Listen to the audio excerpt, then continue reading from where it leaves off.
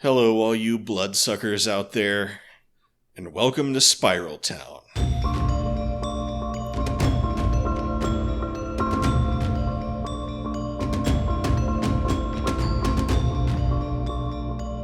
My name is Fletcher. About to say hello is John. Hello.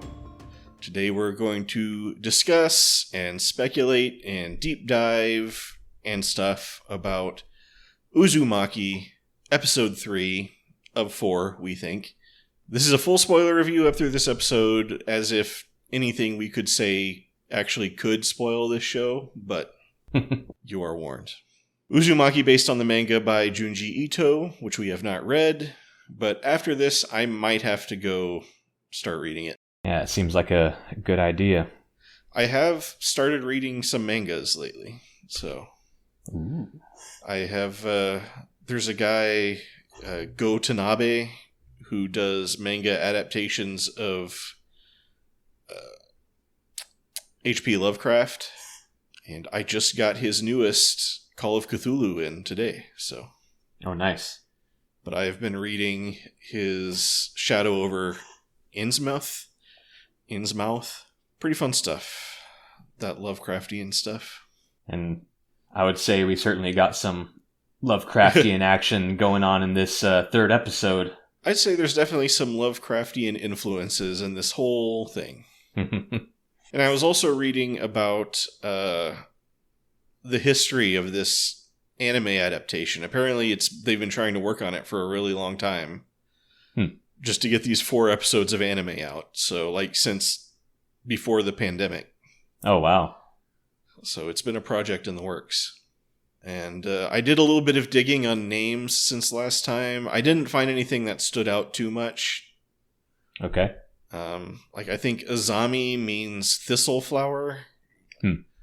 And Kyrie is some kind of tree, but nothing really popped for me with symbolism, so...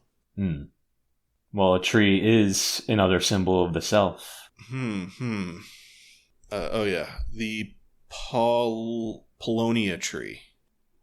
So, and apparently has a flower and all that stuff, but it means picture of a Paulownia tree is what Kyrie means, so... Interesting. Anyway, let's dive right into this episode. All right, let's do it. You got any preambulation or whatever? Oh, just I love how horrifying it was. It was that. So, we open with the first of, I'd say, about 800 establishing shots of the Kurozu Hospital. Inside is Kyrie, who I guess got a little banged up from her lighthouse adventure last time. Sitting with her is Shuichi, and he's going on about his number one favorite topic of conversation. You guessed it, spirals. This time it's the cochlea, the most noticeable spiral in the human body. He flashes back to visiting the hospital director with his mother, who, you will recall, has a deathly terror of spirals after her husband spiralified himself. Yeah, to the point of self-mutilation. Yes, exactly. She cut off all her hair, she cut off her fingertips and toe tips because they had spirals on them. The doctor is suggesting sending Mrs. Saito to the psychiatric hospital in Midoriyama. Not that you're crazy or anything, it just might be worth, paying a visit there. But Shuichi is distracted by an anatomical chart on the wall with a prominent illustration of the cochlea. So if she cut off her fingerprints and toe prints to get rid of the spirals, we might not want to know what happens when she finds out there's a spiral in the ear. Yeah, I couldn't help but notice that illustration of the cochlea kind of looks like a snail. Yeah. I mean, it's a spiral-shaped thing, so... Sure. You're going to get stuff like that. But then Shuichi gets distracted. Hey, look, a mosquito swarm. Male mosquitoes swarm when they're mating. And Kyrie thinks, oh, thank God, a topic of conversation other than spirals. But then Shuichi continues, and the swarm is spiral-shaped. It's like, God damn it. The curse of the spiral continues. Yep. But there have been a lot of mosquitoes lately. And, I'm thinking Shuichi might be a little a little sick himself. He's coming down with the spiral mania. Yeah. But yes, he says it's all part of the curse of the spiral. And apparently the mosquitoes have been busy because there are a bunch of women in the hospital with thousands of mosquito bites. Pregnant women. In fact, the hospital is so full of mosquito-bitten pregnant ladies that Kyrie has to share a room with one. Luckily, though, it's her cousin Keiko, who has brought with her a mysterious wrapped object. Oh, don't worry about that. Just put that on the dresser. Then we get another establishing shot of the hospital. Pretty much any time it switches from day to night or night to day, it showed the outside of the hospital. I was like, and since this show moves so fast, that was happening like every 30 seconds. Mm-hmm. But, yeah, it's night now. Keiko sleeps uneasy. Then her eyes open, and they're blank. At Dragonfly Pond, a figure emerges from the deep. It's Kyrie's dad, carrying a bucket of water. He goes to his studio and starts spinning the pottery wheel. Then we get a hospital establishing shot day. In the morning, 3 patients are discovered dead, each with multiple stab wounds, each with no blood. And nobody heard anything except the buzzing of mosquitoes. Isn't that weird? Kyrie says. Yeah, says Keiko. Wonder what that could be about.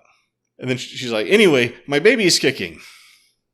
So, stuff starting off a little weird. I'm sure Kyrie is like, oh man, I hope this doesn't turn into a thing. Well, I don't know. I think Kyrie is definitely on the lookout now. Right. You know, at the end of the episode, she says that people are starting to become aware of all the weird stuff going on, but she's already numb to it. Right. Yeah, that was the after credit scene that I almost missed again. But then Shuichi stops by for a visit, but he notices a mosquito flying around the room. Acting fast, he pulls out a can of bug spray and sprays roughly 50 gallons of spray into the air to kill one mosquito. While shouting, "You're not going to get one drop from me!" And instead of biting anybody, the mosquito bites the dust. And Keiko goes into a coughing fit. She seems unusually affected by the mosquito spray. Although spraying mosquito spray around pregnant women probably isn't super advised anyway, so. Especially if they happen to be mosquitoes. Yes, definitely. But Shuichi drops some fun trivia on us. It's only female mosquitoes that suck blood, and only when they're carrying eggs. They gorge themselves on the blood to nourish their eggs. Yeah, which I Googled and turns out is true. Oh, wow. I was willing to take the show's word for it, but I'm glad that you researched that. So. But hospital establishing shot night. Kyrie is awakened by the sound of a buzzing mosquito. So she tells Keiko, hey, try not to let the mosquitoes bite you. Cut to Keiko covered with like a bajillion mosquito bites, and she's like, yeah, I'll get right on that. But no, actually she says, it's okay. I don't mind mosquitoes. In fact, I like them. I like them a lot. And Kyrie is just like, oh God, what is my life? Well, I'm glad mosquitoes give her joy, because I certainly am not a fan of mosquitoes. I think most people are not. Especially me. Later, the city sleeps while the sinister black lighthouse shines its sinister light over everything. Kyrie is once again awakened by the buzz of a mosquito. She peeks her head into the hallway to investigate. And she sees something you don't see every day in a hospital. All the pregnant ladies are walking down the hall like zombies, carrying big hand crank drills and making mosquito sounds. They go into the hospital rooms and just start drilling holes in the patients and sucking all the blood that comes out. It's a pretty normal thing going on, but one of the pregnant ladies spots Kyrie and chases after her. But Kyrie is saved when a guy comes out to see what's going on. And then the pregnant ladies all swarm him. One of them hypnotizes him by drawing a spiral in the air. And then they get to drilling.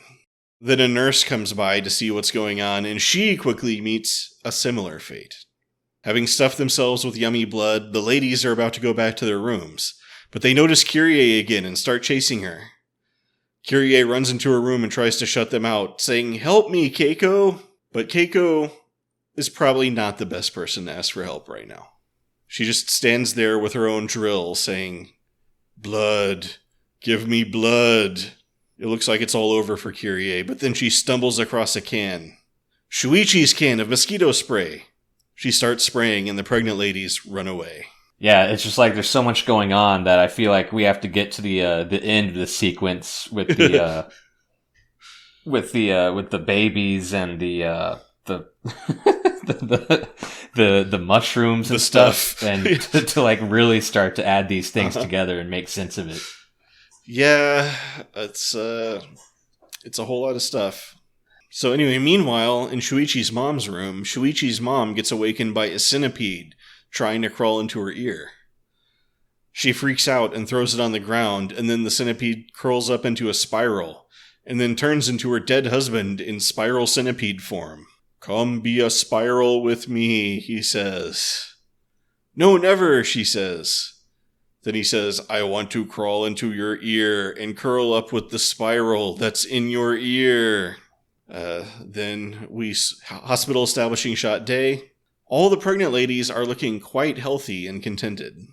The doctors listen to Kyrie try to explain what she saw, but they don't believe her.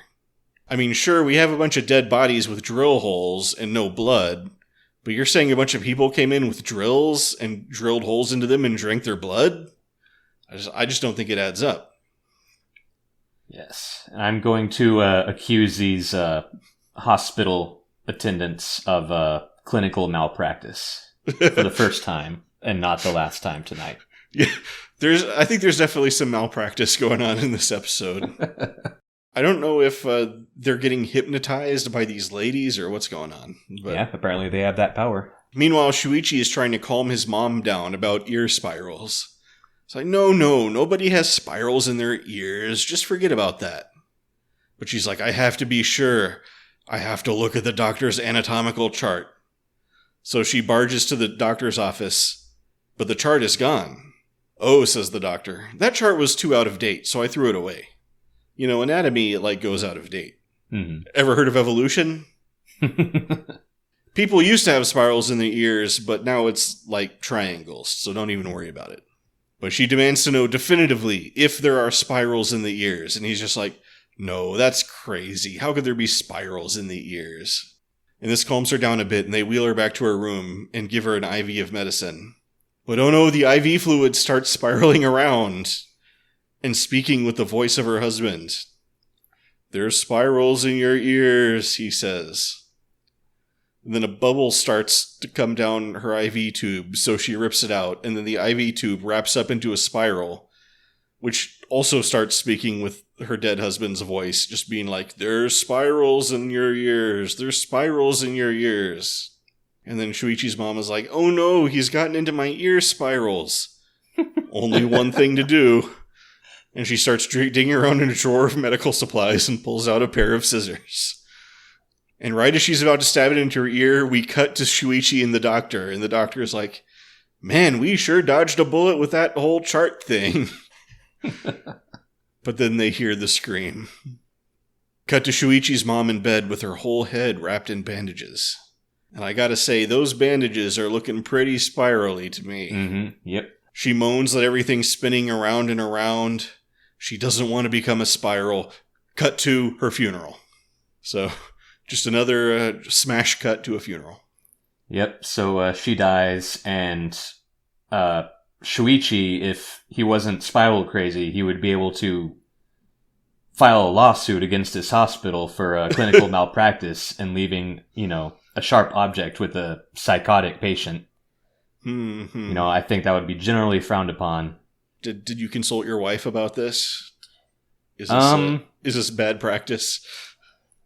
I think I've heard her say before that patients should not be given sharp objects.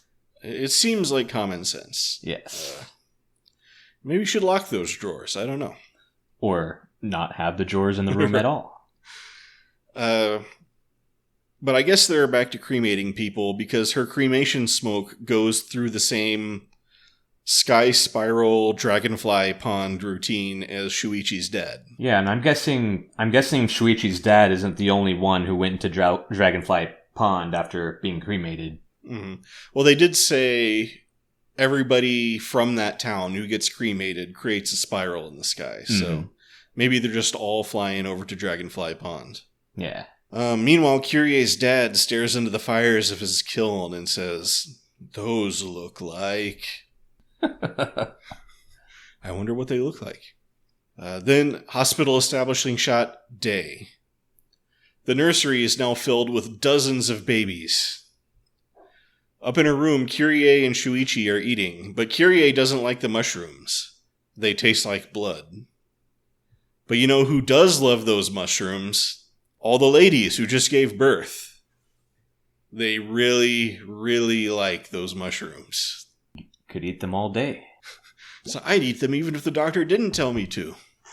Kyrie and Shuichi walk past the nursery and overhear a conversation between two babies, as you so often do when walking past a nursery.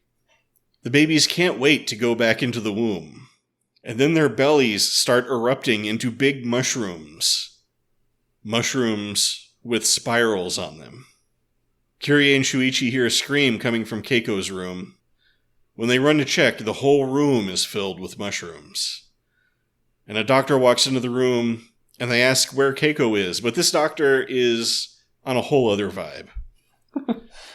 I think him above the rest of the medical staff should be accused of clinical malpractice. He just full on just starts going like, "A baby's cuteness is a weapon that allows it to mature into independence." And then he goes on to explain that no matter how many times he cuts the baby's umbilical cords, they keep growing back, with the placentas attached, so they look like mushrooms. So that's what all these mushrooms are about. Those are human placentas on top of umbilical cords. Then they go to the next room and find Keiko in there with her baby sewn back into her stomach. And I'd say that's a pretty strong case for malpractice right there. I think that's generally frowned upon in the medical community. I don't think that's a standard procedure. But Keiko wants blood. So the doctor holds Kyrie in place while Keiko unfurls her tongue into a horrifying blood-sucking implement, like, mosquitoes have. But Keiko just goes for the doctor's neck, allowing Kyrie and Shuichi to escape. So I guess he's beyond a lawsuit now. Oh, yeah. Well, maybe you can still sue the hospital for, having him on the staff. True, yeah. I mean, we need to definitely review that hospital's, procedures and, yeah. Yeah, so they run out the door, but they leave the door open, allowing some people to wander in. And as you do when you just see, horrifying mushrooms growing all over the place, they just start eating all those delicious mushrooms. But then Keiko walks in with her horrifying tongue, wanting even more blood. And then, hard cut to a nice cheery day, and it's time for Kyrie to go home. So, apparently none of this stuff has seriously disrupted the operations of the hospital, and they're just able to keep treating and discharging patients as usual. Yeah, I guess we've reached the end of this little narrative sequence. Yeah, this is the end of the mosquito story, or whatever it is. Yeah, so, mothers becoming mosquitoes, and, it's like they're being represented as a macrocosm of the mosquito activities. We have mothers turning to mosquitoes, and then, they have the explanation that mosquitoes are bloodsuckers for the sake of, nurturing their eggs that they're carrying. But what is it with those babies and wanting to go back into the womb and, having an infinite food glitch with these placentas that they're growing? Oh, yeah. I wonder if there's any alchemical symbolism or esoteric lore that might provide some new insight into this stuff. Well, they don't typically talk about mosquitoes in alchemy, and I am reminded of one emblem one kind of emblem that's pretty popular in alchemy world is the image of a tree growing out of a man. Kind of reminded me of how the mushrooms were growing out of these babies. But still, it's a total head scratcher. I don't think I don't think this sequence should be interpreted esoterically. It kind of seems like a commentary on mosquitoes more than anything. I mean, just today I was sitting at work thinking, I think this often, like how gross people are. Oh yeah. Like you have to continuously shower or else like you become this horrible, gross thing. Mm-hmm.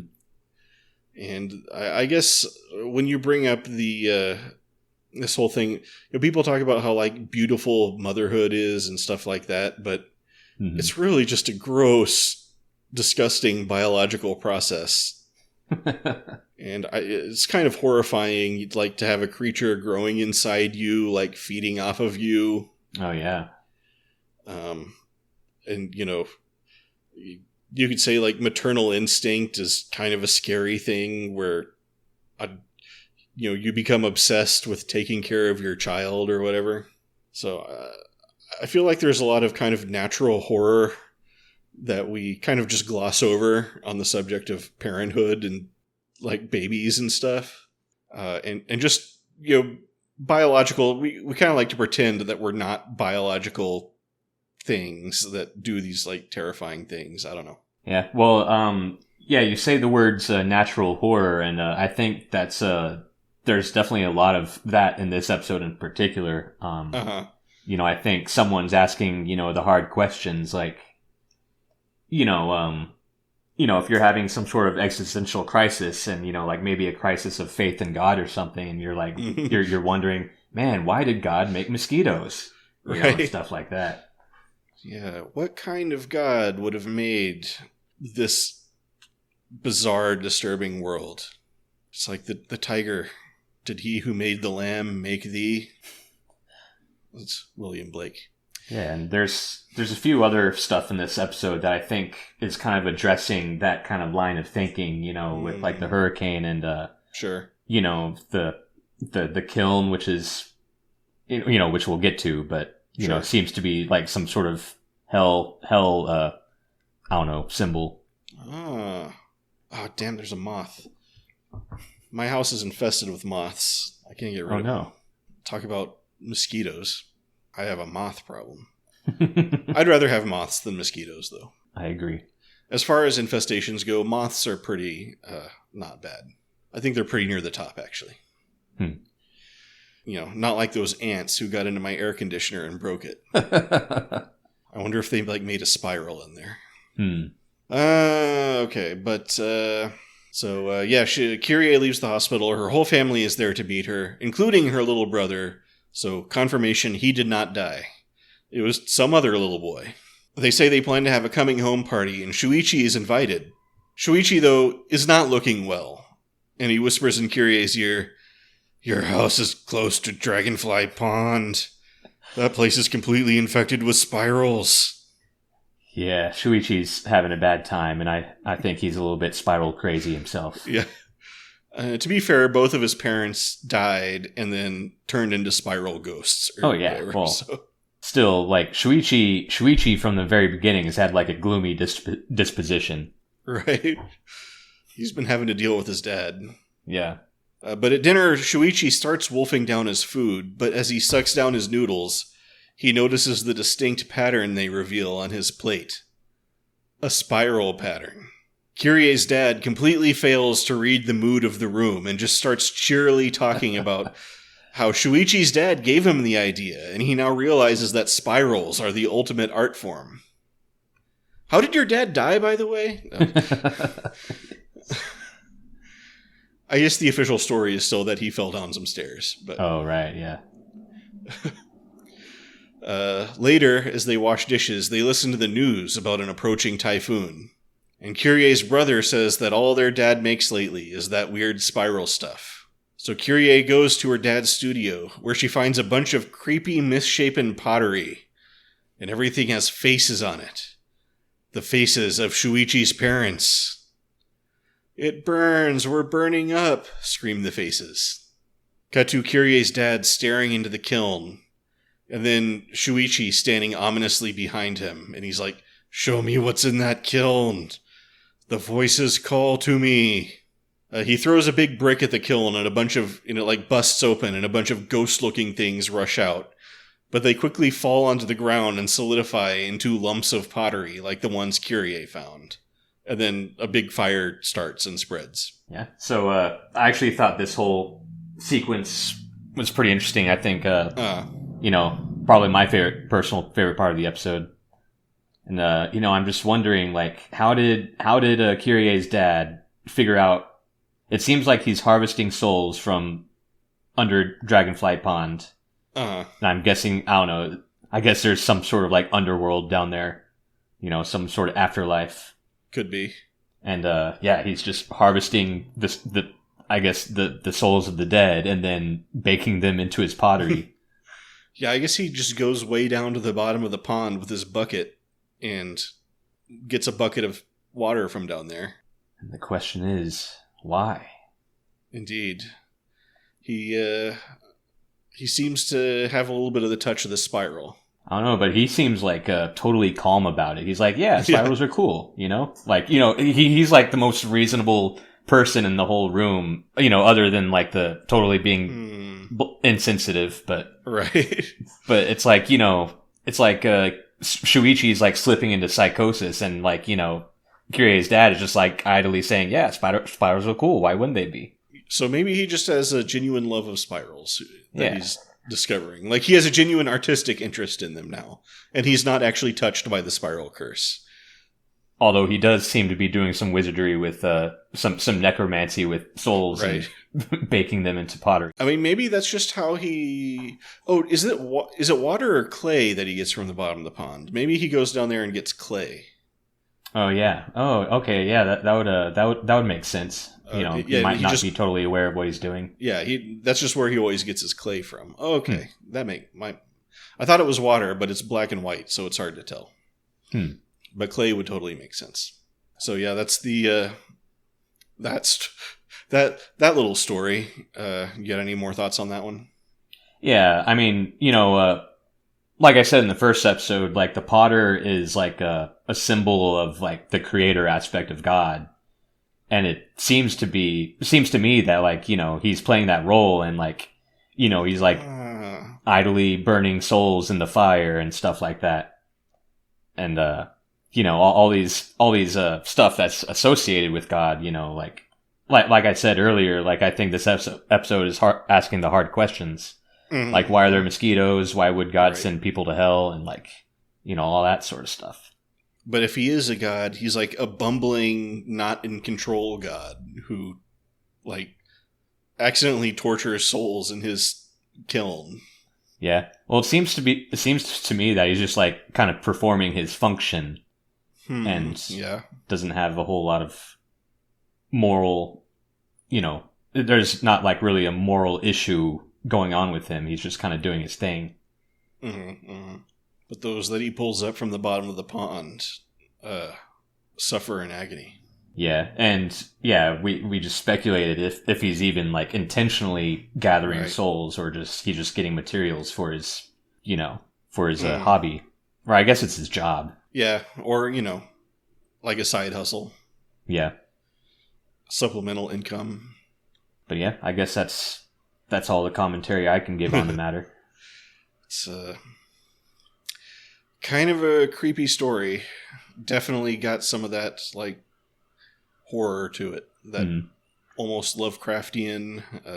I did notice that I don't know, there seemed to be like a whole lot of more souls than just like Shuichi's parents, and it seems that they're all specifically calling for Shuichi to save them. Well, it's like, does every lump of clay contain like a shard of one of their souls or something?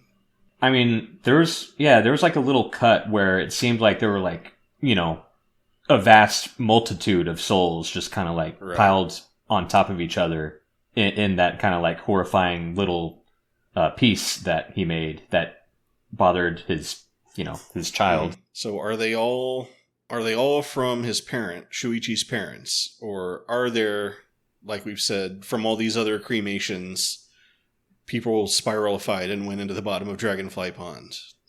And if so, why are they calling out for Shuichi? Yeah.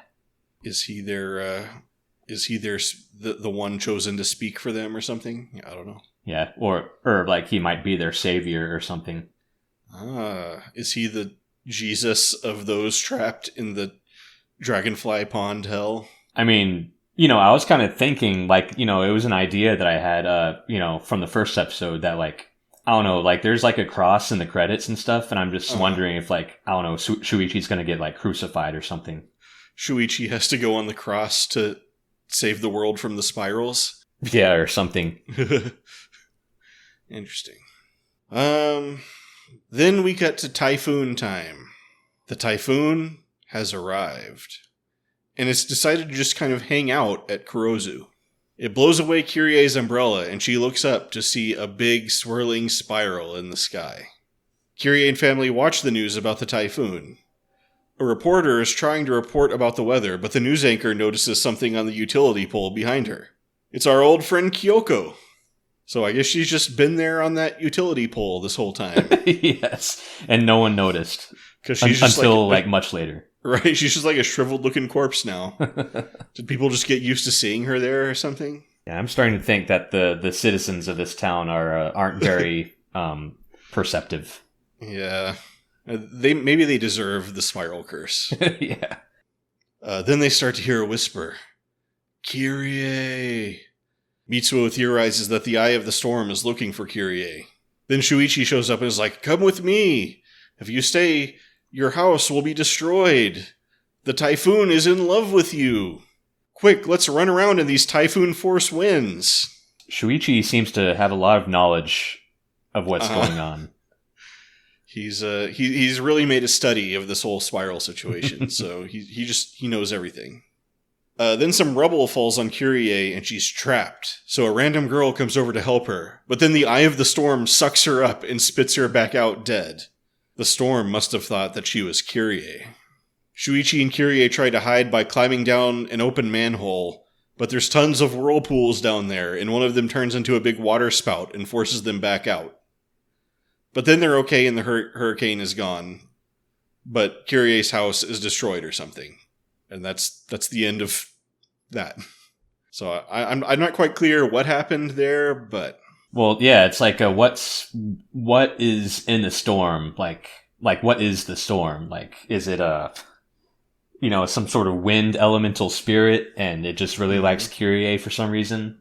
Could be. Or I don't know. I also have the idea that this whole thing is like going on in like, in some sort of mind, like some sort of big mind that's like kind of imagining all this stuff. But obviously that's that's a kind of an out there idea. Like a big mind of who? Yeah, like all these this city and like all these people are like kind of, let's say archetypes of maybe some bigger mind. Some person that's kind of like all this stuff is happening in his mind, and it's like a process of self-discovery, Sure. Like, sure. He might be thinking about mosquitoes and like, what the hell is up with mosquitoes? Why do they exist? Like this could be like his dark night of the soul, his or her, Right. Or maybe it's that, in the Venture Brothers, the ghost of Abraham Lincoln who can manipulate anything with a picture of Abraham Lincoln on it? No, I don't think I ever saw that one. Maybe, like, there's some kind of demon of the spiral, and anything that has the image of the spiral, he's able to access or something. So, when a typhoon forms, that makes a big spiral that he can gain control of or something. Oh, yeah. I don't know. And yeah, another thing is, typically in, like ancient symbolism, like a storm is like symbolic of, heightened emotional activity, like anger or, sadness, some sort of a intellectual storm, so to speak. Mm-hmm. So, okay, we had vampire mosquito ladies. Mm-hmm. We had souls trapped in the pottery. We had the weird typhoon. And now we get this, which is that so Kyrie and her family have to go move into those like row houses that we learned about last episode. Mm-hmm. Because their house has been destroyed. Which seem to be pretty solid, be stable. Yeah. We learned that these are some pretty old row houses. They go back to the Meiji era. They sit around a little table drinking tea, and an eye watches them through the wall, like Psycho. So still we have eyes, like the eye symbolism. Eye of the storm. Eye watching through the wall like Psycho. And then they hear moaning, which Mitsuo says must be a legendary monster that lives in the row house and eats dogs. So this kid's been watching some J.D. Vance. And then they get a visit. That's not funny. What? Oh, I laughed, but then I just remembered that's not funny. I think it's pretty funny. Okay. Then they get a visit from their new refugee neighbor, Mr. Wakabayashi, who explains that the moaning is coming from the home of a poor old woman who has a deformed son who makes all those noises. That night, the family is trying to sleep, and they hear more moaning, but Kyrie thinks those noises sound like a woman. So she runs next door and finds the old woman crying that her son is dead. And the woman seems to be covered in all kinds of little thorns. As they take out the son's body, Wakabayashi asks Kyrie what the son's body looked like. He said he peeked in his room and there were little holes all over the place. They go back inside and Wakabayashi starts peeping on Kyrie through a hole in the wall. Such a beautiful, strong-willed woman. Oh, so creepy. And then he looks down and he has little horns all over him. You might say he's horny. Oh my goodness. Then Mitsuo notices a bunch of something growing in through the wall. Then the wall collapses, revealing Wakabayashi in his new covered in gross spikes form.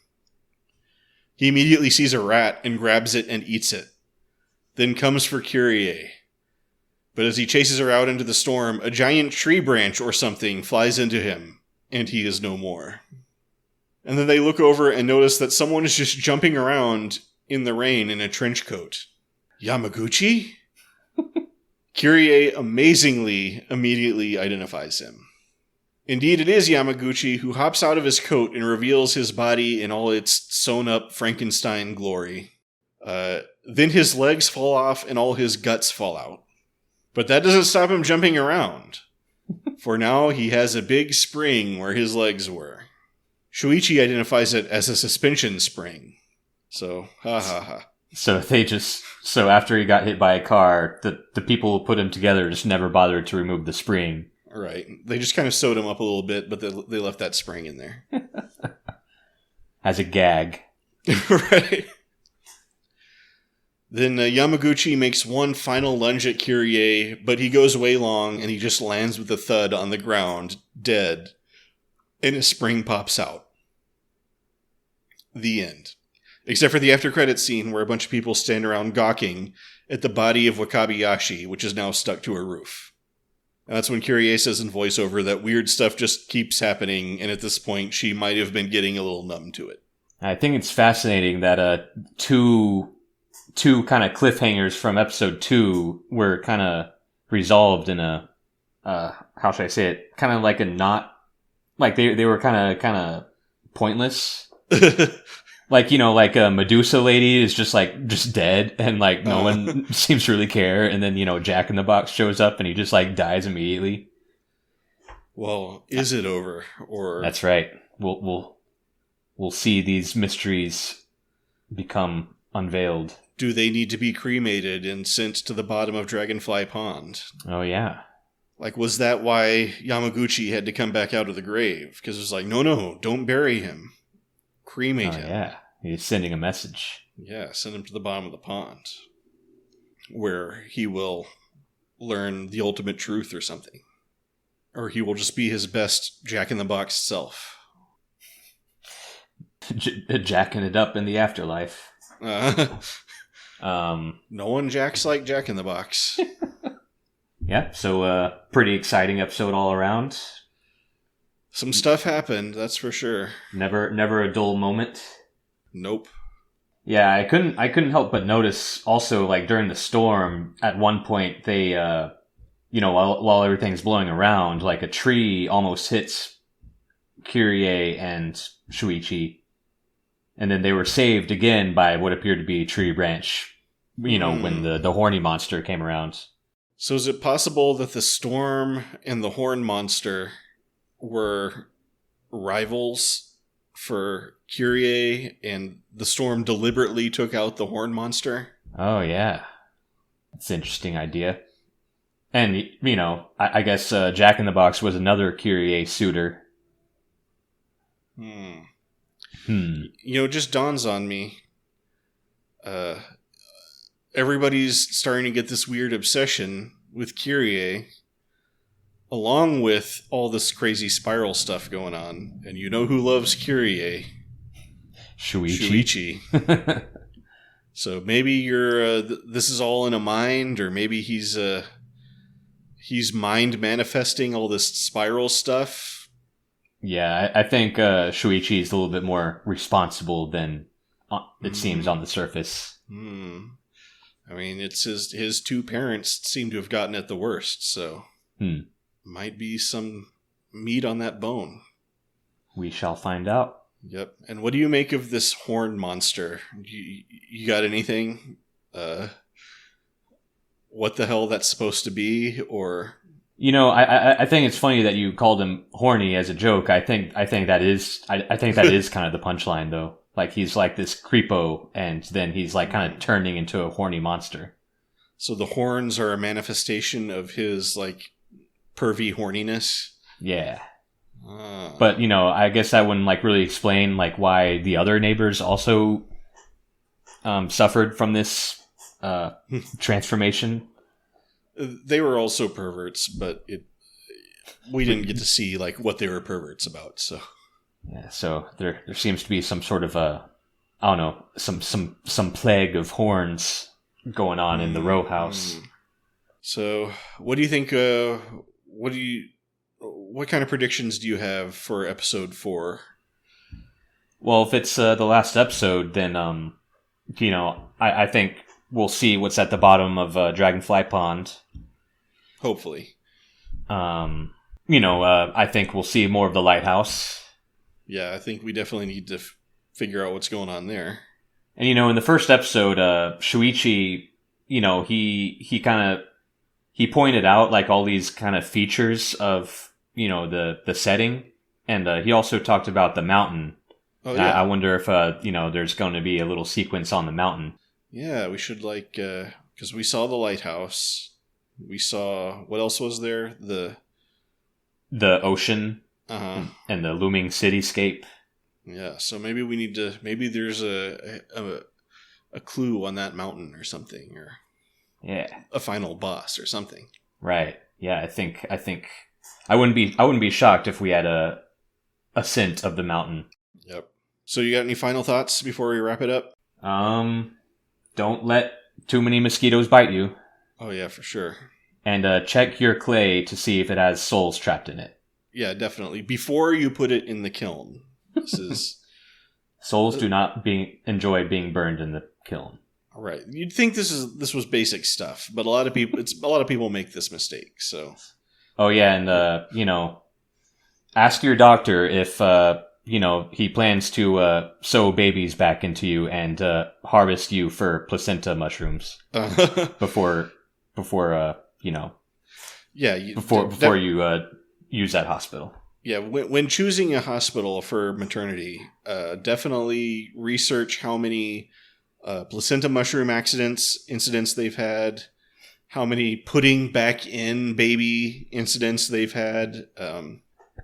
Ideally, you want those to be 0. So if your doctor does put your baby back into you, that's not going to be covered by insurance. You need to call the number on the back of your insurance card and talk to someone about that, because that's not right. So, and also possibly the police. Don't go running around in a typhoon. Yeah, definitely. Even if it's whispering your name. I wonder if there's like lithium buried under the town of Kurozu. Oh, why do you say lithium specifically? Well, haven't you heard the conspiracy theory that Hurricane Helene was geoengineered by Kamala Harris to destroy a town in North Carolina that had a lot of lithium under it so that she could mine the lithium? I never heard the lithium part, but I was aware that people are accusing politicians of engineering storms. Yeah, I was just like, if Kamala Harris has the power to summon a hurricane, like, why is she even bothering to run for president? At this point, shouldn't we all like bow down to her as God or something? Right. Like, we don't have much of a choice once she starts like summoning like the forces of nature to destroy us. So, I saw a funny meme. It was it was a Poseidon, like it was an AI generated image of Joe Biden, but as Poseidon, and it said Joe Sidon. Good. Yes, I love this election cycle. It's giving me all the faith in humanity that I was lacking. Man, there's some entertainment.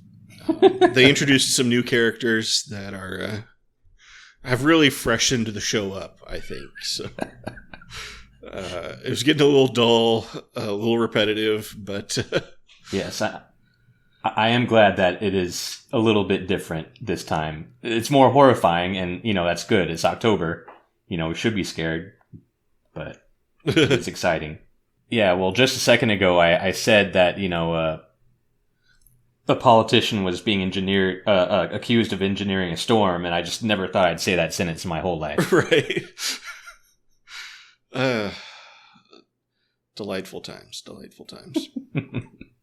Yeah, I mean, honestly, I think the real world is almost as crazy as the world of Uzumaki. Pretty soon the spirals are just going to start coming out. Yeah. People are going to start having spiral holes in their heads and turning into snails. Anything can happen now, I think. I think we're in the apocalypse times. Oh yes. But anyway, I guess we should wrap up our discussion there. So okay. Yeah, that's our discussion of Uzumaki, episode 3. Thanks for listening. Hopefully we'll see you again next week for what we think will be the last episode. But until then, my name is Fletcher. About to say goodbye is John. Goodbye. Just remember, keep it spirally and stay away from those mosquitoes.